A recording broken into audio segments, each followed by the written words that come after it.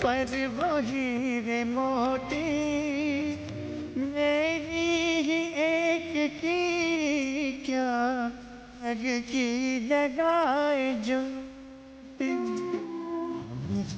नरम का शिक्षाओं का इशारा गए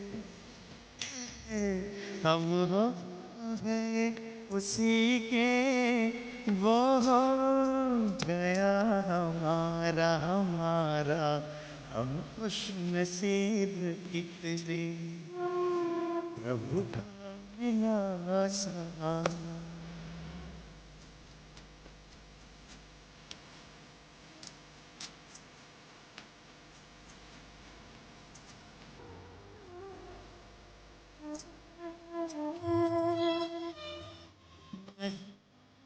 तूने मेरी तस्वीर है सजाई जन्मों जन्म सुंदर तकदीर है। शांति।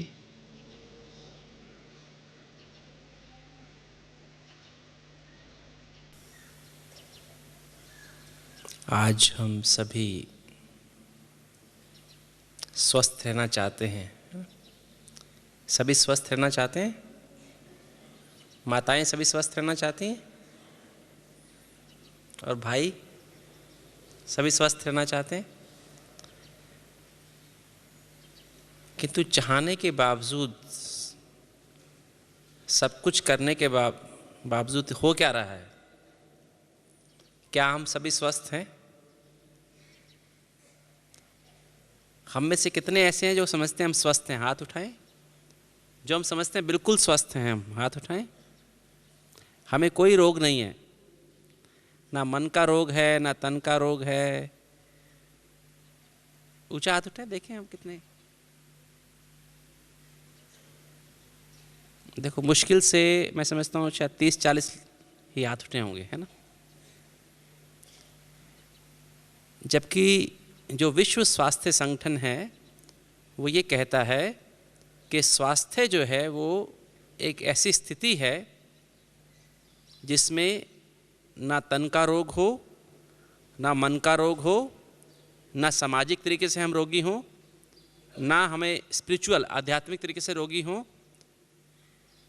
वो है संपूर्ण स्वास्थ्य। खाली बीमारी का ना होना स्वास्थ्य नहीं है। तन का रोग अर्थात हमारे जितने भी अंग हैं, अंग प्रत्यंग हैं, वो सब ठीक काम कर रहे हों। मन का रोग अर्थात हमारे अंदर चिंता ना हो, गुस्सा ना हो, ईर्ष्या ना हो, चिंता ना हो, मतलब एंजाइटी ना हो, बदला लेने की भावना ना हो,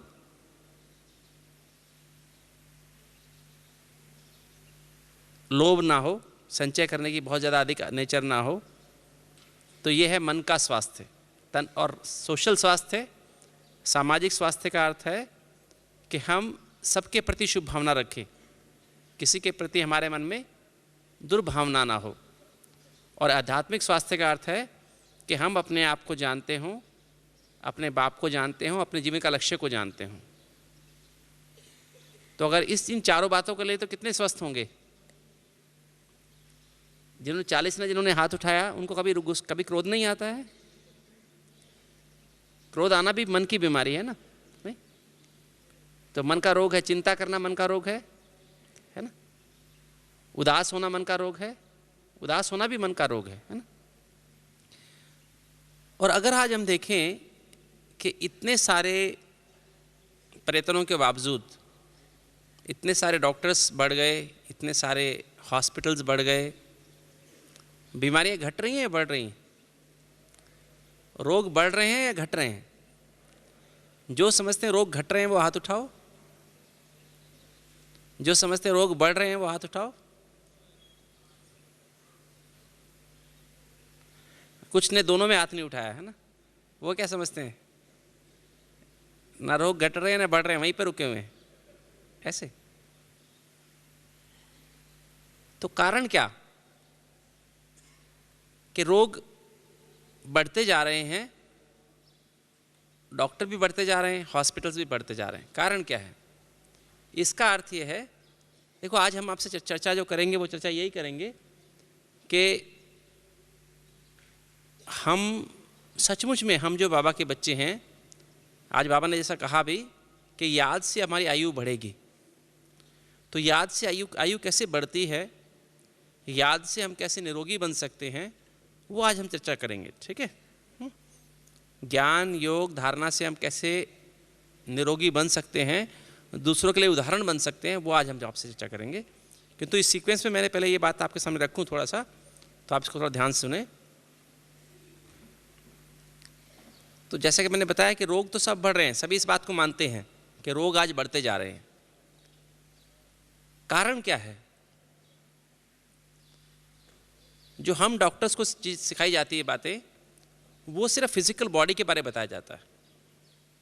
ये शरीर है ना हमारा, शरीर का जब हम MBBS में पहले साल में जाते हैं तो हमारे शरीर को हम शरीर के एक एक अंग को काट के देखते हैं, कौन कौन सी मसल है, कौन कौन सा ब्लड नसें हैं, कौन कौन सी नर्व्स हैं, है ना। हमें एक एक बॉडी के एक एक अंग के कहाँ पर कौन सा अंग है, कौन सी मसल है, कैसे उसकी ब्लड सप्लाई क्या है, वो हमें सब पता रहता है। कौन सा अंग कैसे कार्य करता है वो हमें सब पता रहता है। और दवाइयाँ भी इसी बात की बनाई जा रही हैं इस बॉडी के लिए। किंतु आज सभी मानते हैं कि 3 स्ट्रीम्स हैं, एक हाई स्ट्रीम, एक मिड स्ट्रीम और एक लोअर स्ट्रीम।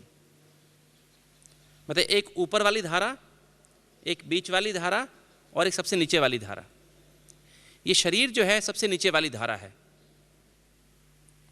आज हम सभी डॉक्टर्स या जो भी हैं वो नीचे वाली धारा का इलाज करते हैं, नीचे वाली धारा की सफाई करते हैं। और गंदगी बीच वाली धारा में भी है, ऊपर वाली धारा में भी है, और आपस में तीनों धाराएं कनेक्टेड हैं। देखिए, आप नीचे वाली धारा आपने साफ कर दी तो क्या होगा? बीच वाली धारा से गंदगी नीचे आ जाएगी, फिर गंदा हो जाएगा। ऊपर वाली धारा से नीचे गंदगी आ जाएगी, फिर गंदा हो जाएगा, है ना। तो इसलिए क्या होता है, जो भी हम दवाई देते हैं, मान लीजिए आपको सिर में दर्द है, आपने एक दवाई गोली खाई और सिर दर्द थोड़ी देर के लिए ठीक हो गया, किंतु फिर कोई और बात हुई, फिर दोबारा सिर में दर्द हो गया, है ना। तो आज जो हम लोग कर रहे हैं वो क्या कर रहे हैं? एक सिम्टोमेटिक ट्रीटमेंट कर रहे हैं, जबकि तीनों धाराओं का इलाज एक साथ होना चाहिए।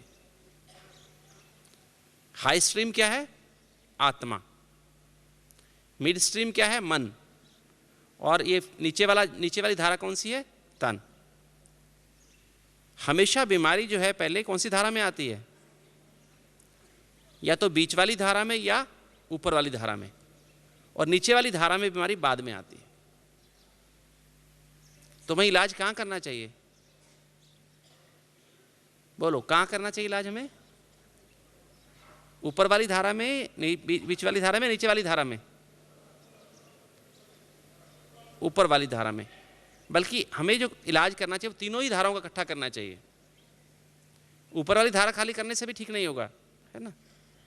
ऊपर वाली धारा का भी, बीच वाली धारा का भी और नीचे वाली धारा का भी, तीनों का इलाज, मतलब आत्मा का इलाज, मन का इलाज और तन का इलाज इकट्ठा करना चाहिए। देखिए, अगर हम शब्द देखें, हेल्दी शब्द अगर देखें, हेल्दी शब्द का मतलब, हेल्दी शब्द 2 शब्दों से बना है, हील, दाई। दाई माना योर सेल्फ। जब हम कहते हैं हेल्दी बनो, तो इसका अर्थ क्या है? खुद को स्वस्थ करो, खुद को ठीक करो। ये हमारा अपनी जिम्मेवारी है कि हम खुद को स्वस्थ रखें। कोई और हमें स्वस्थ नहीं रखेगा। कौन स्वस्थ करेगा हमको? कोई इसके लिए हम नौकर रख सकते हैं क्या? हमें स्वस्थ रखने के लिए? या हमारे परिवार वाले हमें स्वस्थ रख सकते हैं? बताइए, ये डॉक्टर हमें स्वस्थ बना सकता है क्या? बोलो।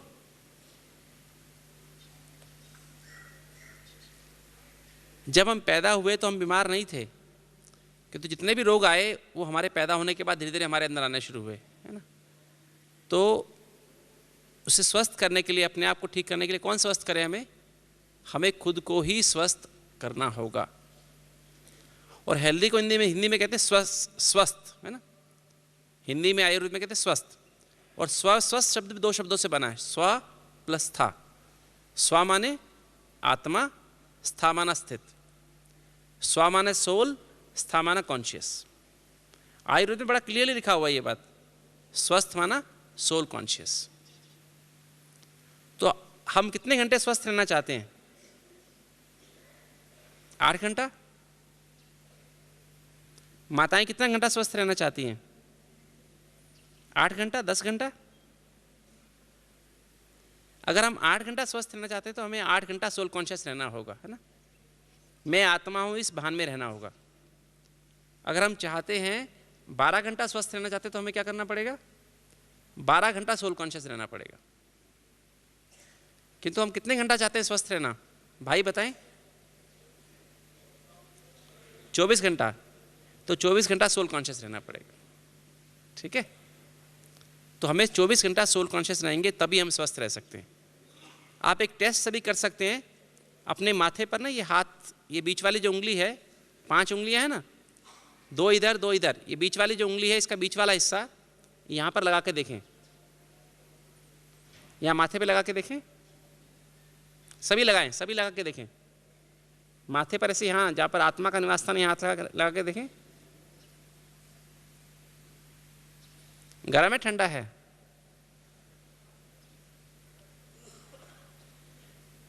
ऐसे नहीं, देखिए ऐसे, हाँ ऐसे। अगर ये गर्म है, माथा गर्म है, तो हमारी बॉडी ठंडी, ठीक है। ठंडी माना बीमार, ठीक है। और माथा गर्म कब होता है? जब मैंपन होता है, मेरापन होता है। जल्दीबाजी में होते हैं, चिंता में होते हैं, गुस्सा में होते हैं, या कोई फिक्र मन में ऐसी लगी होती है, किसी की बात मन में याद आ रही होती है, देह का कोई संबंधी याद आ रहा होता है, तो ये माथा हमारा गर्म हो जाता है और बॉडी ठंडी हो जाती है। और अगर हमारा ये माथा ठंडा है तो शरीर गर्म रहेगा। गर्म माना हेल्दी रहेगा। और ये कभी होगा? यहाँ ठंडा कभी होगा? जिनका ये माथा ठंडा था हाथ उठाओ। जिनका ये माथा ठंडा था ऐसे पूरा हाथ उठाएं, देखिए किस किस का ठंडा था। जिनका गर्म, बाकी के बाकी सब गर्म था। जिनका गर्म था वो हाथ उठाएं। बाकी सबका बीच में था, ना गर्म ना ठंडा। दो ही चीज़ हो सकती है, गर्म होगा या ठंडा होगा, बीच में तो होता ही नहीं है, ठीक है ना। तो हमें ये अपने आप चेक करें, हर 15 मिनट में चेक करें कि हमारा माथा ठंडा है या गर्म है। अगर गर्म है तो क्या करें, हम तुरंत सोल कॉन्शियस हो जाए। सोल कॉन्शियस होते ही ठंडा हो जाएगा। तो ये एक तरह से बहुत अच्छा चार्ट चेक कर, जैसे बाबा ने कहा ना आज याद का चार्ट रखो, तो ये बहुत अच्छा याद का चार्ट है। बहुत स्थूल टेस्ट भी है। जरा ऐसे हाथ लगाया, गर्म है, तुरंत आधा मिनट के लिए सोल कॉन्शियस हो जाओ, माथा ठंडा हो जाएगा, ठीक है। फिर जरा कभी ऐसा हुआ तो फिर 15 मिनट फिर चेक कर लिया। जैसे ही अपने आप को करेंगे मैं आत्मा हूं, इस देह का मालिक हूं, माथा ठंडा हो जाएगा तुरंत। अगर कोई बात टेंशन हो रही है तुरंत ही चेक करिए और दोबारा माथे पे हाथ लगाइए, तुरंत ठीक हो जाएगा। अब हम देखें कि अपने इस शरीर को कैसे हम ठीक रखें, ठीक है, मन को और तन को कैसे स्वस्थ रखें। तो ये तो मोटी विधि हो गई, है ना। हेल्दी लाइफस्टाइल का मतलब क्या हुआ? स्वस्थ जीवन शैली। स्वस्थ जीवन शैली का मतलब सोल कॉन्शियस लाइफस्टाइल। मैं आत्मा हूं ये समझ के हर कार्य करना, बोलना, सोचना, जो भी कार्य करना है वही समझ के कार्य करना। तो अब हम जरा देखेंगे कि आत्मा, मन और तन, 3 बातें बताई ना, हाई स्ट्रीम, मिड स्ट्रीम, लो स्ट्रीम, तीनों को हम कैसे प्योरीफाई करें एक साथ। ये 3 एनर्जीज हैं। एक इंसान 3 चीज़ से बना है, मतलब वैसे 2 चीज़ से बना है, आत्मा और बॉडी से, तन से। तो आत्मा में 3 चीज़ हैं, मन, बुद्धि और संस्कार। एक मन जो है आत्मा के अंदर निहित है, जिसे हम, वो मर्ज्ड है आत्मा के साथ, है ना। एक है बाहरी मन, एक अंतर मन है, एक बाह्य मन है। आत्मा जैसे एक ड्राइवर गाड़ी चलाता है, गाड़ी कैसे चलाता है? अगर वो सीट पर बैठ जाए तो गाड़ी चला सकेगा? आत्मा ड्राइवर है। एक कार जो है वो कार उसको चलानी है, वो सीट पे बैठ गया तो कार चलेगी क्या अपने आप? कि तो स्टीयरिंग जो है उसका, उसके जो ब्रेक्स हैं, एक्सेलरेटर है, ब्रेक्स हैं, और जो उसके ब्रेक है और उसकी लाइट्स हैं, उसके द्वारा ही उस गाड़ी को कंट्रोल कर सकता है। तो ये जो स्टीयरिंग है ये मन है। आप देखें स्टीयरिंग का कनेक्शन कहाँ से है? पहियों तक होता है ना, पहियों को कंट्रोल करता है, जहाँ मोड़ना हो, जैसे करना हो। एक्सेलरेटर कनेक्शन भी पहियों से है, ब्रेक का कनेक्शन भी पहियों से है, क्लच का कनेक्शन भी पहियों से है ना। मतलब पूरी गाड़ी के चारों पहियों से है ना, तभी गाड़ी चलती है। ऐसे ही आत्मा जो है, आत्मा एक पॉइंट ऑफ लाइट है, और आत्मा एक पॉइंट ऑफ एनर्जी समझो, जिससे शरीर चल रहा है। किंतु वो शरीर, आत्मा कैसे, वो जो आत्मा से एनर्जी निकल रही है वो शरीर तक कैसे पहुंच रही है? क्योंकि आत्मा अगर निकल जाए तो शरीर काम नहीं करता है। आत्मा के बारे में अभी साइंस ये कहती है कि आत्मा, अब इस पर कुछ रिसर्च चल रही है कि आत्मा एक चुंबक के समान है। हमारी शरीर जो है कोशिकाओं की बनी हुई है, पूरी शरीर कोशिकाओं से बनी हुई है, और ये कोशिकाएं जो हैं किस तरह से चल रही हैं, ये जो है इसका कार्य कैसे चल रहा है। आत्मा यहाँ बैठी है, और ये दिमाग, ये हमारा ब्रेन जो है, इसमें डिफरेंट तरह की सेल्स हैं, लगभग कहते हैं 100 ट्रिलियन 100 ट्रिलियन सेल्स है ना, लगभग 100,000 करोड़ सेल्स है ना, 100,000 करोड़ सेल्स, इतनी सेल्स हमारी बॉडी में होती हैं, इतनी कोशिकाएं हैं। तो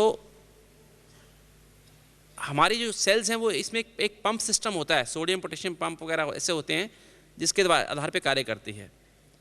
आपने देखा, अगर एक चुंबक अगर हम लें, चुंबक को अगर हम कुछ जो आयरन के डस्ट पार्टिकल्स होते हैं, जो लोहा होता है ना, लोहे के कण होते हैं, उसके बीच में रख दें तो चुंबक के आसपास एक पैटर्न बन जाता है, रेखाएं बन जाती हैं। और अगर हम चुंबक के अंदर से वो निकाल दें चुंबक, तो क्या होता है, वो सारे आयरन पार्टिकल डिस्टर्ब हो जाते हैं। ऐसे ही आत्मा यहाँ पर अगर है, तो आत्मा जब है तो वो सारे जो ब्रेन के सेंटर्स हैं वो अच्छा काम कर रहे हैं, और जैसे ही आत्मा निकलती है वो सब डिस्टर्ब हो जाता है। अगर 3 मिनट के अंदर आत्मा वापस आ जाए तो फिर दोबारा से शरीर ठीक कार्य करने लगता है। अगर 3 मिनट के अंदर ना आए तो शरीर कार्य नहीं करेगा। फिर वापस अगर आत्मा आई भी तो शरीर कार्य नहीं करेगा। ऐसा कहते हैं, मैं तो इसके बारे में कहते हैं, जब मम्मा जब गई, आप शायद हमारी जो अनुभवी दीदियाँ वो जानती होंगी, जब मम्मा जब चली गई तो बच्चों ने बहुत मम्मा को याद किया कि मम्मा वापस आ जाओ, मम्मा वापस आ जाओ, है ना। तो बाबा ने कहा, अच्छा आप बहुत ज़ोर से, आप बहुत पावरफुल योग करो, शायद मम्मा आ जाए, आप प्यार से याद करें, शायद मम्मा आ जाए। तो मम्मा ने जब मम्मा के तन को जब उस पर रखा हुआ था, बर्फ़ पे रखा था, तो मम्मा जब आई, मम्मा आई भी, है ना। कहते हैं, सुना, हमने तो देखा नहीं, कहते हैं जो जिसने क्लोज, मतलब मम्मा की बॉडी में थोड़ी हरकत हुई, है ना। और फिर मम्मा ने जब संदेश लेके गए तो मम्मा ने कहा कि जो मम्मा का तन है उसमें सब अंतड़ियाँ सिकुड़ चुकी हैं, सब सेल्स डेड हो चुकी हैं, अब चाहे तो भी मम्मा नहीं आ सकती। तो बच्चों को कहो कि बच्चे मम्मा को ना बुलाएं।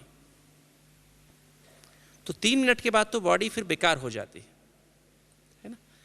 तो ये जो आत्मा है तो ऐसा एक कार्य करती है, इसमें 7 शक्तियाँ सदा निकलती रहती हैं। जैसे बल्ब से लाइट निकल रही है ना, ऐसे 7 शक्तियाँ आत्मा से निकलती रहती हैं। ये आत्मा के 7 गुण जो आप सभी जानते हैं, ज्ञान, पवित्रता, शांति, प्रेम, सुख, आनंद और शक्तियाँ, ये सातों के सातों गुण शरीर की हर सेल को आवश्यक है। इनके बगैर ये सेल्स कार्य नहीं कर सकती हैं। और मन इसका माध्यम है। मन के थ्रू ये एनर्जी या ऊर्जाएं जाती हैं हमारी बॉडी में। किंतु मन में क्या होता है, हमारा मन में आज क्या हो गया है कि एनर्जी तो आज यहाँ भी है, अभी भी है कम, किंतु फिर भी हमारी बॉडी में नहीं पहुँच रही है। और जन्म से हम सबका एक ऑर्गन, एक अंग कमज़ोर होता है। जो आप जन्म पत्री में पढ़ते होंगे ना जब पंडित जन्मपत्री बना के देता है तो कहता है इस बच्चे का, ये बच्चा उदर रोग से पीड़ित रहेगा, ये बच्चा नेत्र रोग से पीड़ित रहेगा, है ना, ये बच्चा हृदय रोग से पीड़ित रहेगा, ये बच्चा श्वसन रोग से, सांस के रोग से पीड़ित रहेगा। मतलब बचपन से वो अंग कमज़ोर होता है बच्चे का, 8 अंगों में से एक अंग कमज़ोर होता है, उसको हम टारगेट ऑर्गन कहते हैं। तो ये जो है, और वो अंग कमज़ोर होता है तो उसका असर, उसका क्या नुकसान होता है? वो अंग जब कमज़ोर होता है तो उस अंग, जब भी कुछ प्रॉब्लम होगी, देखिए यहाँ पर हम खाली हम मुख से नहीं खाते हैं, कई लोग कहते हैं कि हम जो खाते हैं उससे हमारे नुकसान होता है, हम यहाँ से भी खाते हैं। जो हम सोचते हैं, जो हम देखते हैं, जो हम बोलते हैं, जो हम खाते हैं, जो हम सुनते हैं, जो हम हाथों से कर्म करते हैं, उसका असर हमारे शरीर पे पड़ता है। अर्थात हम मुख से तो खाते हैं किंतु आँखों से भी खाते हैं, है ना। अगर आँखों से ठीक हमने देखा तो हमें शरीर हमारा नुकसान नहीं होगा, किंतु आँखों से हमने गलत देखा तो नुकसान होगा, कानों से गलत सुना तो नुकसान होगा, है ना। ऐसे ही मुख से गलत खाया तो नुकसान होगा, मुख से गलत बोला तो नुकसान होगा, ठीक है।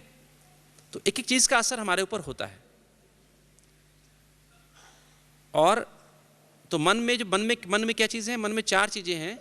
एक तो है स्मृतियाँ, एक है वृत्ति, अगर इंग्लिश में हम कहें तो टीम शब्द यूज होता है, team, TEAM, thoughts, emotions, attitudes और मेमोरीज। विचार, भावनाएं, वृत्ति और स्मृति। अब आत्मा से ज्ञान भी बह रहा है, पवित्रता भी बह रही है, शांति, प्रेम, सुख, आनंद और शक्तियाँ बह रही हैं, पर जाएंगी इन 4 के थ्रू। अगर मेरे स्मृति में इस ज्ञान के प्रति सही स्मृति नहीं है ना, मेरा वृत्ति ठीक नहीं है, मेरा एटीट्यूड ज्ञान के प्रति, जैसे नए नए जिज्ञासु आते हैं ना, अगर उन्होंने कुछ और सुना हो इस ज्ञान के बारे में तो आप बहुत अच्छा ज्ञान सुना रही हैं, किंतु उसके अंदर जा नहीं रहा है, क्योंकि उसका एटीट्यूड ठीक, उसके एटीट्यूड में ब्लॉक है, उसके मन में ब्लॉक है, उसकी स्मृति में कोई गलत चीज़ पहले देखी हुई है तो वो उसको ब्लॉक कर रही। आप सुना रहे हैं किंतु उसके अंदर नहीं जा रहा है, उसकी भावना ठीक नहीं है या उसके संकल्प गलत चलते हैं तो वो उसके अंदर जाएगा ही नहीं। उसको जाना कहाँ से? यहाँ से। आप यहाँ सुना रहे हैं उसको, कान से उसके यहाँ आत्मा सुन रही है, किंतु अब उसके ब्रेन में जाके स्टोर होना चाहिए ताकि उसको फॉलो कर सके। ब्रेन में हमारे मेमोरी सेंटर है यहाँ पर, तो अंदर जाएगा तो फिर उसको वो यूज़ करेगा। क्योंकि यहाँ से यहाँ तक पहुँचने में क्या करना पड़ेगा? उसको 4 चीज़ों के थ्रू जाना पड़ेगा ज्ञान को। ज्ञान क्या? ज्ञान ABCD है ना, A फॉर आत्मा, B for Baba, C for cycle और D फॉर ड्रामा, ठीक है। ज़्यादा बड़ा ज्ञान नहीं, ज्ञान तो वैसे सागर है, किंतु अगर मोटा सा ज्ञान अगर लेना हो, याद करना हो तो कितना? ABCD है ना, तो अंदर जाएगा नहीं। ऐसे ही ज्ञान दिमाग के लिए है और पवित्रता आँखों के लिए है, आँखों के लिए, मुख के लिए, कान के लिए, नाक के लिए और स्किन के लिए, है ना। अब हमारे चेहरे से पवित्रता कैसे नजर आए, हमारी आंखों से पवित्रता कैसे नजर आए, उसको भी अब पवित्रता आत्मा में आई, मैंने योग किया, पवित्रता आत्मा में आई, किंतु मेरी आंखों से कैसे नजर आए, मेरे मुख से कैसे पवित्रता के बोल निकले। मुझे कानों में बेशक कोई अपवित्र बात करता हो, किंतु मेरे कानों में पवित्र बोल ही अंदर जाएं, वो कैसे हो? उसके लिए मेरी स्मृति, मेरी वृत्ति, मेरी भावनाएं और मेरे संकल्प कैसे होने चाहिए? पॉजिटिव।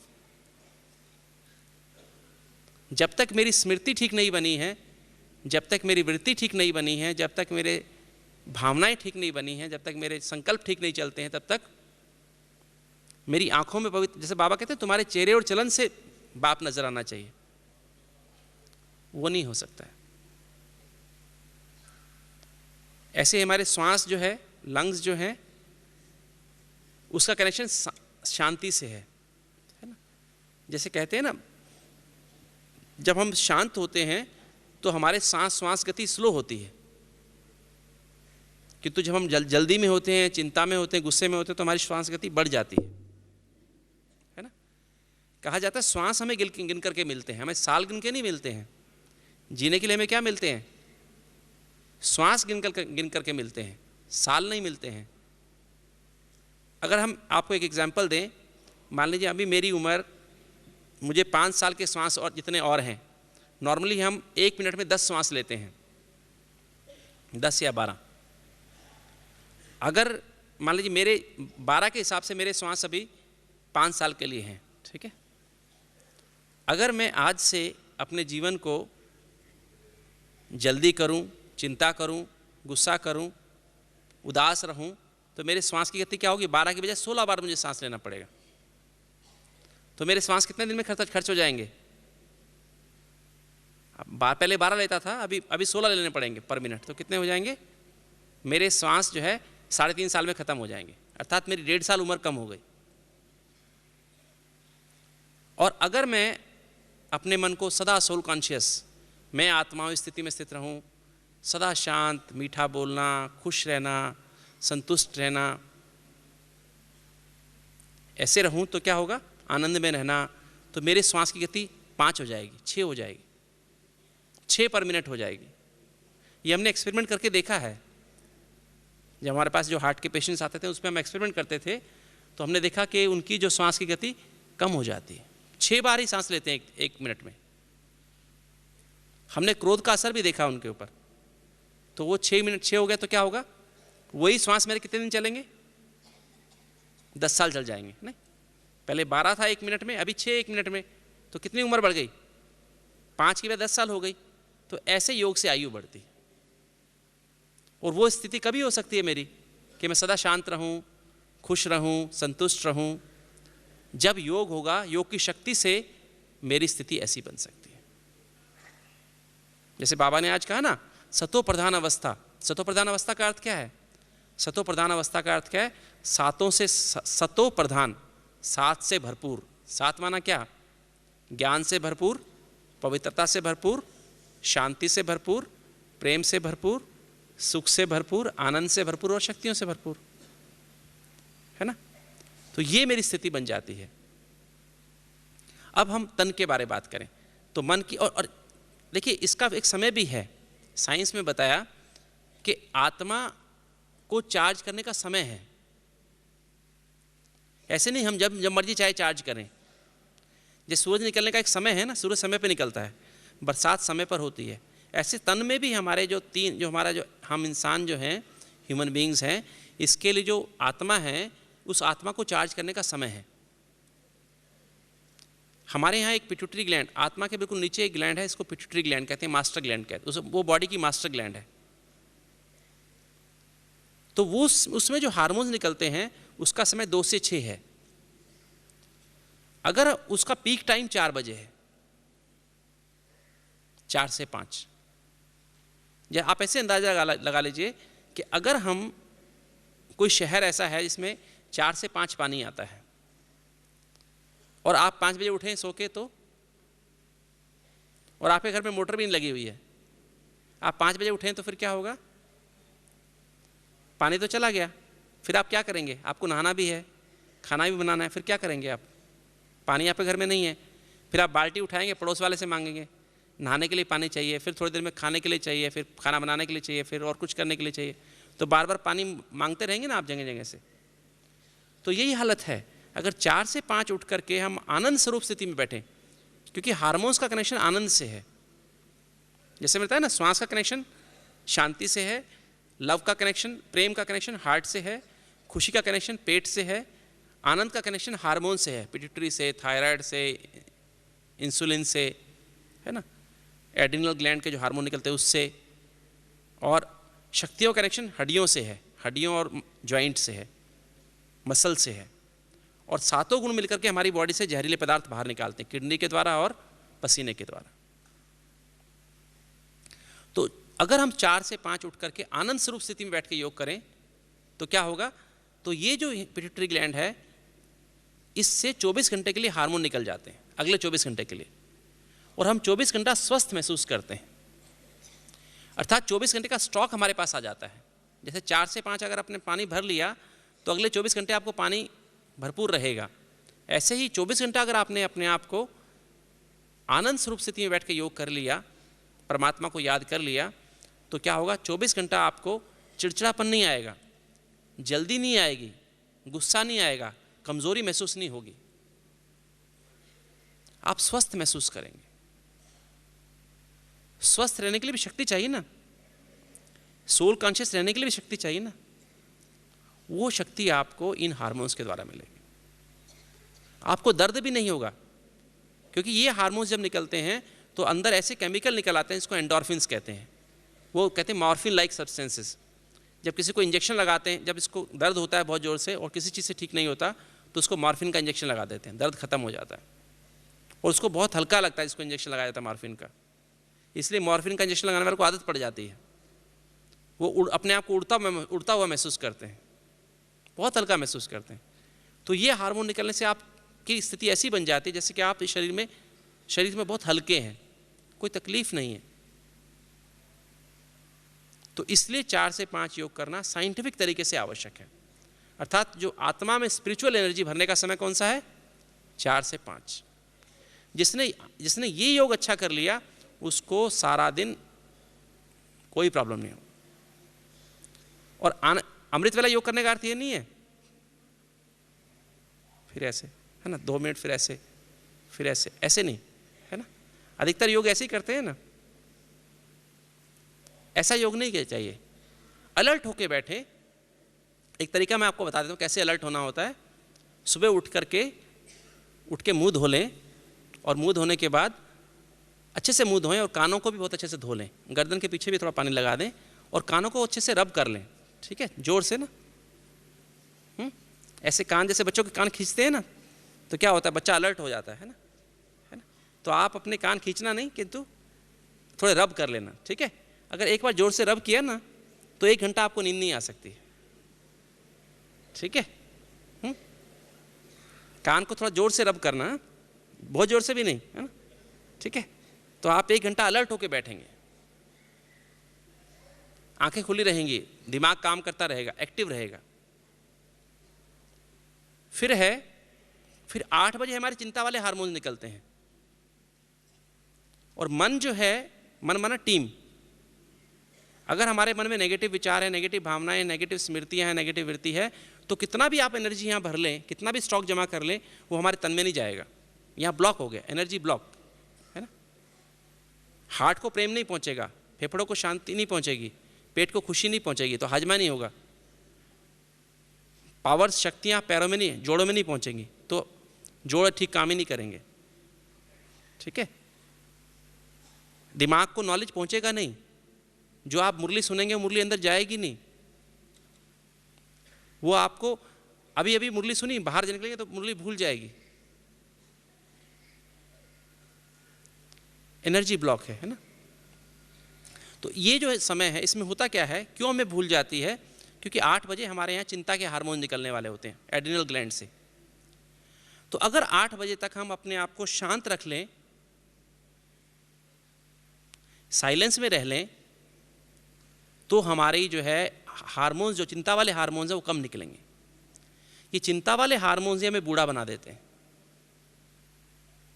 एक्चुअली इतने चिंता के हार्मोन्स निकल जाते हैं क्योंकि हम उठते ही 2 काम हम करते हैं। वैसे हम ब्राह्मण तो कम करते हैं, दुनिया में बहुत दो काम सभी करते हैं। क्या करते हैं? एक तो उठते ही बेड टी, है ना, बेड टी, सुबह चाय पीते हैं ना उठते, बेड टी, है ना। और दूसरा बेड न्यूज़पेपर, है ना, अखबार। जो अखबार आता है ना, सबके घर में 6 बजे अखबार आ जाता है शहरों में ना, तो सब पहले उठते 6 अखबार पढ़ते हैं।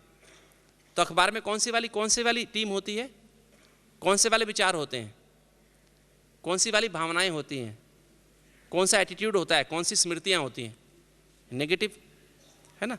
तो नेगेटिव से जब हम भर लेते हैं तो चिंताएं बढ़ गई, और फिर हमें आज ऑफिस जाना है, अभी हमें ये काम करना है, आज हमें ये काम करना है, आज हमें ये काम करना है।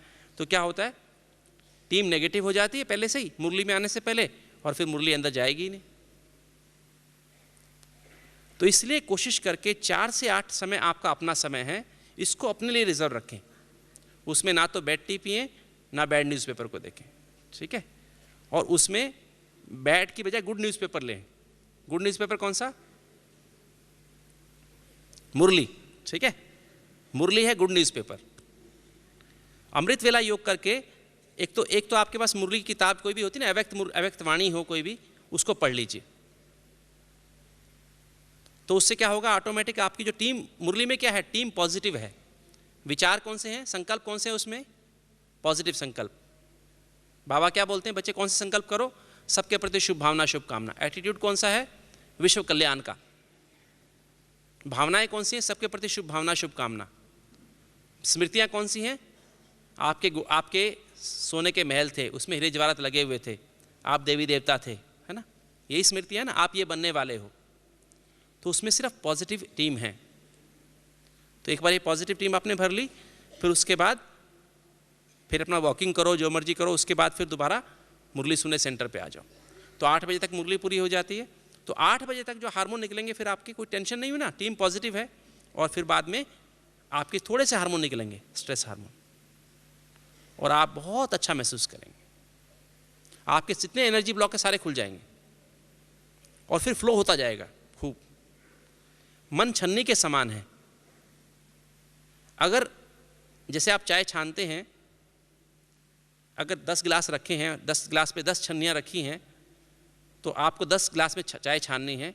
अगर पहले गिलास आपने छाना, छन गया, ठीक है, दूसरा गिलास की छन्नी ब्लॉक है, आप चाय डाल रहे हैं, नीचे जा नहीं रही है, तो आप क्या करेंगे, आप इस गिलास को छोड़ देंगे, अगले गिलास पे चले जाएंगे। नहीं, परमात्मा भी देखता है कि ये, बाबा भी क्या देखता है कि इस बच्चे का तो मन ही ब्लॉक है, छोड़ो इसको, ये तो यहाँ पे मैं इतना डालूँ, ये तो सारा बाहर निकल रहा है, अंदर जा ही नहीं रहा है, तो छोड़ देता है ना। वो जिसकी छन्नी खुली होती है, उसको आगे और मिलता जाता है, छनता जाएगा और अंदर आता जाएगा और अंदर आता जाएगा। वही सेवा कर सकता है, वही सर्विसेबल है। अर्थात बुद्धि क्लीन हो और मन क्लियर हो। क्लियर का अर्थ, हमारी टीम पॉजिटिव हो, हमारे संकल्प, हमारी भावनाएं, हमारी वृत्तियां और हमारे स्मृतियां कैसी होनी चाहिए, पॉजिटिव होनी चाहिए। तभी हमें और मिलेगा, तभी हमें ज्ञान परमात्मा से अंदर और आएगा और आकर के हमारी स्मृतियों में समा जाएगा। पवित्रता यहाँ आएगी और हमारी आंखों से नजर आएगी, हमारे मुख से पवित्र बोली निकलेंगे, हमारे कानों में पवित्रता के बोली सुनाई देंगे। कोई अपवित्र बात करेगा तो हमें सुनाई नहीं देगी, ध्यान ही नहीं जाएगा हमारी तरफ, उसकी तरफ। तभी हमारे यहाँ से शांति हमारे लंग्स में जाएगी, हमारी आयु बढ़ेगी। श्वास हम कम यूज़ करेंगे, हमारी आयु बढ़ जाएगी। हमारे दिल में प्रेम जाएगा, हमारी आर्टरी के ब्लॉकेज खुलते जाएंगे, फ्लो होता रहेगा, नसें खुली रहेंगी, ठीक है। तभी हमारे अंदर खुशी जाएगी, हाजमा अच्छा रहेगा, बदहजमी नहीं होगी, लिवर अच्छा कार्य करेगा। तभी हमारे अंदर आनंद जाएगा, तो हार्मोन्स बैलेंस में निकलेंगे, थायराइड की बीमारी भी नहीं होगी और ये बीमारी भी नहीं होगी, डायबिटीज़ भी कंट्रोल में आ जाएगी, किडनी भी अच्छा काम करेंगे, स्ट्रेस हार्मोन्स भी निकलेंगे और हम फ्रेश यंग दिखाई देंगे। जितना आनंद होता है, आनंद से कनेक्शन है हमारा यंग दिखने का या बूढ़े दिखने का। यहाँ से एक हार्मोन निकलता है, इसे ग्रोथ हार्मोन कहते हैं। उससे सेल्स डिवाइड करके नई बनती जाती हैं। ये नेचुरल प्रोसेस है बॉडी की सेल्स मरने का। किंतु ये जो हार्मोन है पिट्यूटरी ग्लैंड से निकलता है, वो हमारी नई सेल्स बनाता रहता है। जब हम बच्चे होते हैं तो आनंद बहुत होता है, तो नई सेल्स ज़्यादा बनती हैं और मरती सेल्स कम है, तो हम फ्रेश दिखाई देते हैं, आनंद यंग दिखाई देते हैं। किंतु जैसे हम लोग 20-25 साल के पहुंचते हैं तो हमारे अंदर विकार आने शुरू हो जाते हैं, तो आनंद कम हो जाता है। आनंद कम होने से सेल्स की बनना कम हो जाता है, मरना तो तेज चालू और ज़्यादा हो जाता है, बनना कम। बनना मतलब बैलेंस हो जाता है दोनों का। और जैसे हमारे अंदर और विकार आते हैं, आनंद और कम हो जाता है। आनंद और कम होने से क्या होता है, सेल्स का बनना बिल्कुल कम हो जाता है, मरना ज़्यादा हो जाता है, तो हम बूढ़े दिखाई देने लगते हैं। सतयुग में इसलिए सदा जवान रहते हैं, सदा यंग रहते हैं, क्योंकि आनंद सदा ही है, विकार है ही नहीं। विकार से आनंद कम होता है और हम ओल्ड हो जाते हैं। ठीक बात है। जितना ये हमारी टीम पॉजिटिव होगी, उतना ही क्या होगा, हमारे अंदर हड्डियों में जान आएगी, मसल्स में जान आएगी, जॉइंट्स में जान आएगी। जितना हमारी टीम पॉजिटिव होगी उतना ही सातों गुण मिलकर के हमारी बॉडी से जहरीले पदार्थ बाहर निकालते जाएंगे। किडनी पूरा गंदगी बाहर निकालेगी, पसीने से सब गंदगी बाहर निकल आएगी, और हमारे शरीर से क्या होगा, सुगंध आएगी, है ना। ये देवताओं के अंग अंग से सुगंध आती है ना, क्योंकि सब टॉक्सिन्स बाहर निकल जाते हैं। और फिर आए तन के ऊपर। तन को क्या चाहिए, तन को स्वस्थ रखने के लिए फिजिकल एनर्जी चाहिए, भौतिक ऊर्जा चाहिए। भौतिक ऊर्जा कहाँ से मिलेगी, एक तो भोजन से, व्यायाम से, प्रॉपर नींद से, और प्रॉपर दवाइयों से। भोजन हमारा कैसा हो, भोजन हमारा सात्विक हो। कई लोग अभी भी, मैं समझता हूँ, कई बार हमसे पूछते हैं, बीके होने के बाद भी पूछते हैं कि क्या हम लहसुन प्याज खाएं। वो डॉक्टर कहते हैं लहसुन प्याज खाओ, आपको अच्छा रहेगा। किंतु आप ये बात समझ लीजिए, लहसुन प्याज तामसिक पदार्थ हैं और ये दिमाग की नसों को उत्तेजित करते हैं, है ना। तो अगर आप गुस्से पे कंट्रोल करना चाहते हैं, चिंता पे कंट्रोल करना चाहते हैं, तो आप लहसुन प्याज खा के नहीं कंट्रोल नहीं कर सकते हैं। आपका कोलेस्ट्रॉल 2 मिलीग्राम 10 मिलीग्राम कम हो जाएगा, किंतु मन की स्थिति खराब हो जाएगी। और ये देखने में जो लोग अधिक गुस्सा करते हैं, अधिक चिंता करते हैं, उनको अधिक हार्ट अटैक्स होते हैं। तो खाली कोलेस्ट्रॉल से रिलेशन नहीं है हार्ट अटैक का। हार्ट अटैक का कनेक्शन हमारे मन की स्थिति से है। इस मन का इस हार्ट से बहुत ज़बरदस्त कनेक्शन है। तो अगर आपको हार्ट अटैक चाहिए तो भले आप लहसुन प्याज खाएं, ठीक है, क्योंकि अभी तक कोई स्टडी ऐसी प्रूव नहीं हुई है कि लहसुन खाने से, प्याज खाने से हार्ट अटैक कम हो जाते हैं अभी तक, ठीक है। तो इसलिए, और ये सात्विक पदार्थ नहीं है, तामसिक पदार्थ है, इसलिए बिल्कुल ना खाएं। भोजन समय पर खाना चाहिए। सुबह 8 बजे से 8 बजे तक, जैसे सूरज निकलता है ना, सूरज का निकलना और सूरज का छिपना, इससे हमारे तन का कनेक्शन है। आत्मा का कनेक्शन ज्ञान सूर्य के साथ है, इस शरीर का कनेक्शन इस सूरज के साथ है। आसमान में सूरज निकलता है। तो सुबह 8 से लेकर रात 8 बजे तक हमारा ये बॉडी नरिशिंग मोड में होती है, और शाम 8 बजे से लेकर सुबह 8 बजे तक बॉडी हमारी वॉशिंग मोड में होती है, सफाई के मोड में होती है। तो हम सुबह 8 से लेकर के 8 बजे तक ही भोजन ग्रहण करें। रात 8 बजे से सुबह 8 बजे तक हम सिर्फ लिक्विड्स ग्रहण करें, जैसे पानी है, दूध है, नींबू पानी है, वही ग्रहण करें। जब सुबह सुबह हम उठते हैं, तो जैसे हम अपने घर की सफाई करते हैं ना, तो ऐसे ही हमारी जो आंत है, मुंह से लेकर के नीचे तक 24 फुट लंबी आंत है। इसकी सफाई कैसे होगी? सुबह सुबह हम सफाई करते हैं अपने घर में, सभी अपने घर में सफाई करते हैं। तो इसमें झाड़ू तो आप लगा नहीं सकते, अंदर जाके झाड़ू लेके अंदर जाओ सफाई कर दो, ऐसे तो नहीं। ब्रश डाल के सफाई कर सकते हैं क्या? नहीं कर सकते ना। तो सुबह का खाना हमारा हाई फाइबर डाइट होना चाहिए। सुबह हम कैसे खाना खाएं? हमारा हाई फाइबर डाइट हो। शुरुआत हम ऐसे कर सकते हैं कि हम शुरू में जब भोजन करना शुरू करें, तो जो भी कोई फल हो, अवेलेबल हो, सेब हो, जो भी सीज़न का जो थोड़ा फल हो, 1 पीस 2 पीस जितना भी खा सकते हैं, जितना अफोर्ड कर सकते हैं, वो आप 2-3 पीस फल के लीजिए।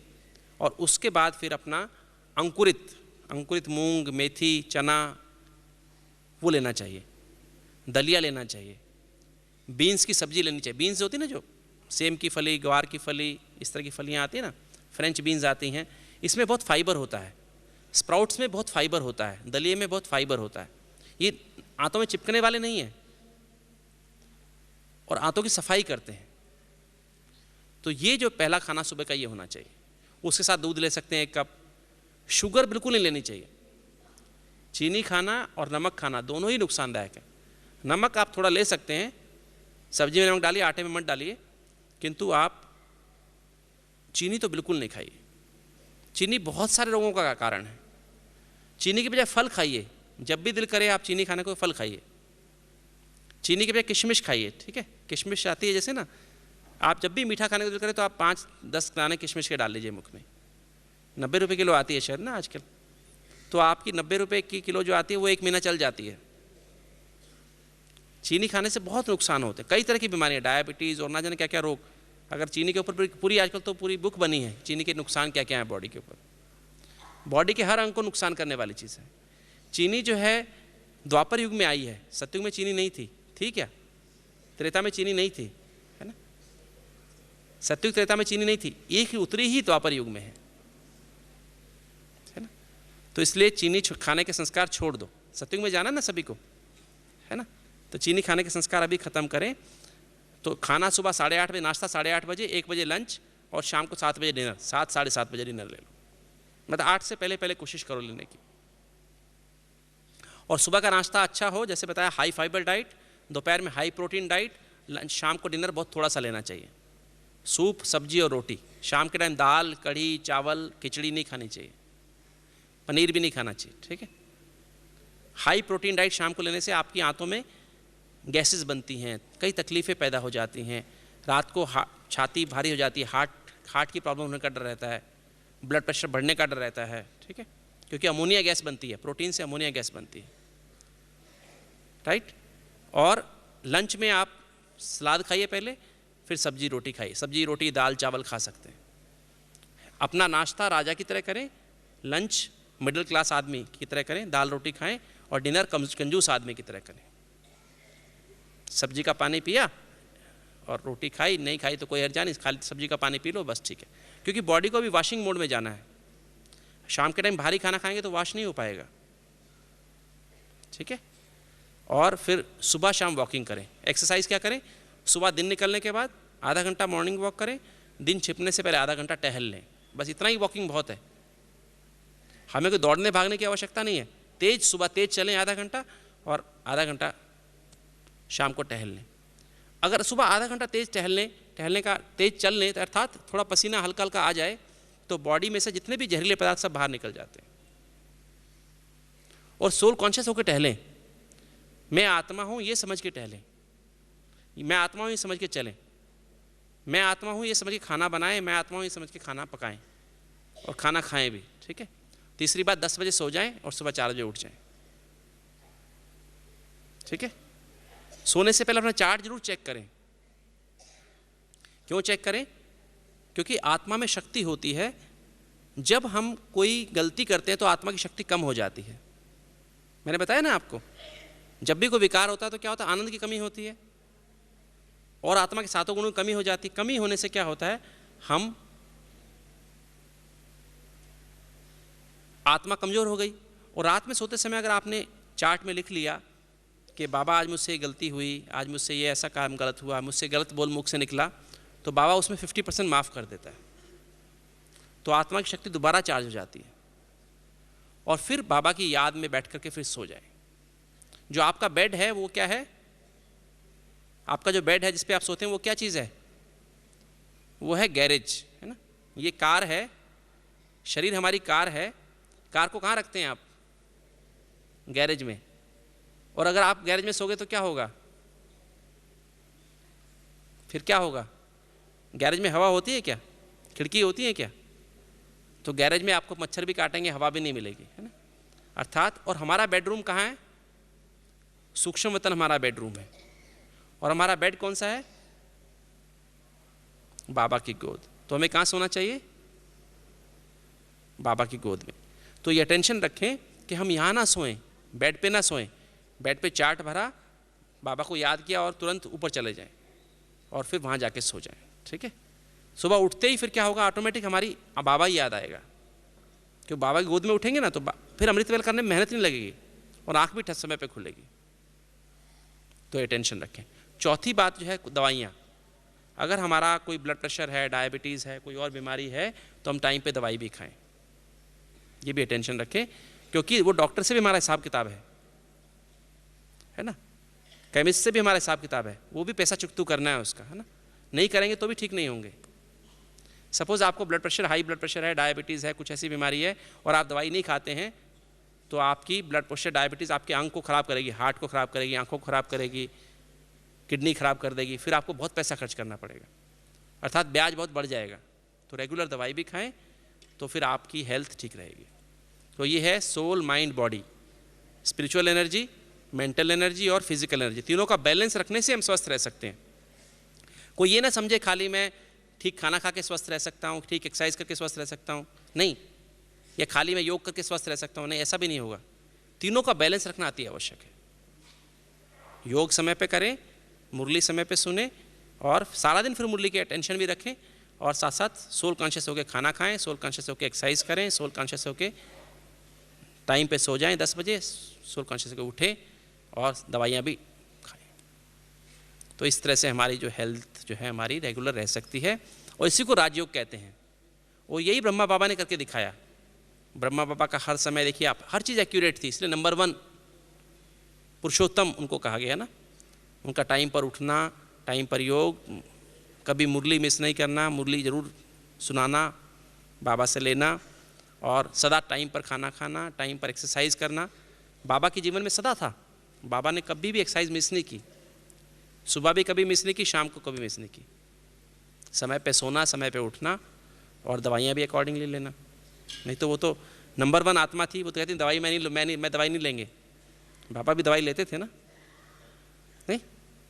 तो हमें क्या करना है? फॉलो फादर, तभी हम एवर हेल्दी, एवर वेल्दी और एवर हैप्पी रह सकेंगे।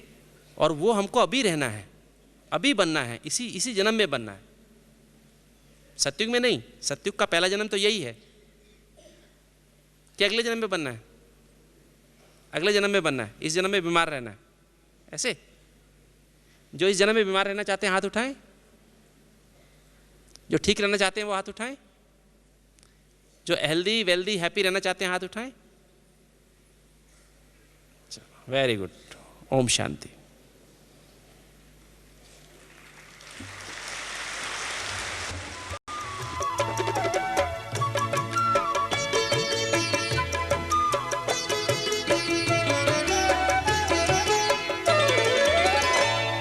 सदा खुश रहो, मुस्कुराते रहो, सदा खुश रहो, मुस्कुराते रहो, खजाना खुशी का लुटाते रहो, खजाना खुशी का लुटाते रहो, गाते रहो, गुनगुनाते रहो, गाते रहो, गुनगुनाते रहो, मिलन प्यारे प्रभु से मनाते रहो, मिलन प्यारे प्रभु से मनाते रहो, सदा खुश रहो।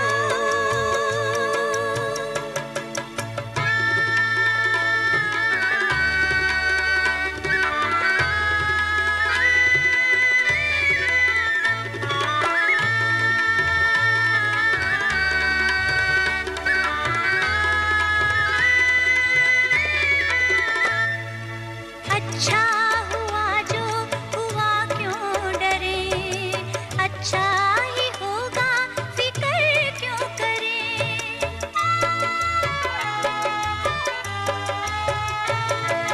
अच्छा हुआ जो हुआ, क्यों डरे, अच्छा ही होगा, फिक्र क्यों करे। हर बात में सबका कल्याण है, हर बात में सबका कल्याण है, खुशी का मरम ये सुनाते रहो, सदा खुश रहो, मुस्कुराते रहो, खजाना खुशी का लुटाते रहो, सदा खुश रहो।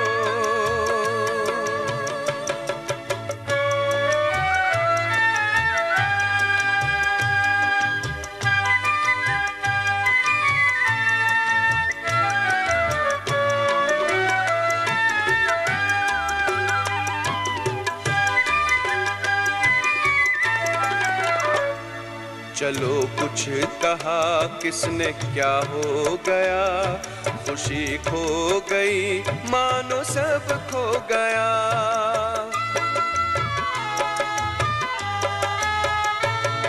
चलो कुछ कहा किसने क्या हो गया, खुशी खो गई मानो सब खो गया, खुशी जैसी कोई दवा ही नहीं, खुशी जैसी कोई दवा ही नहीं, ये अमृत है सबको पिलाते रहो, गाते रहो, गुनगुनाते रहो, लुटाते रहो, सदा खुश रहो।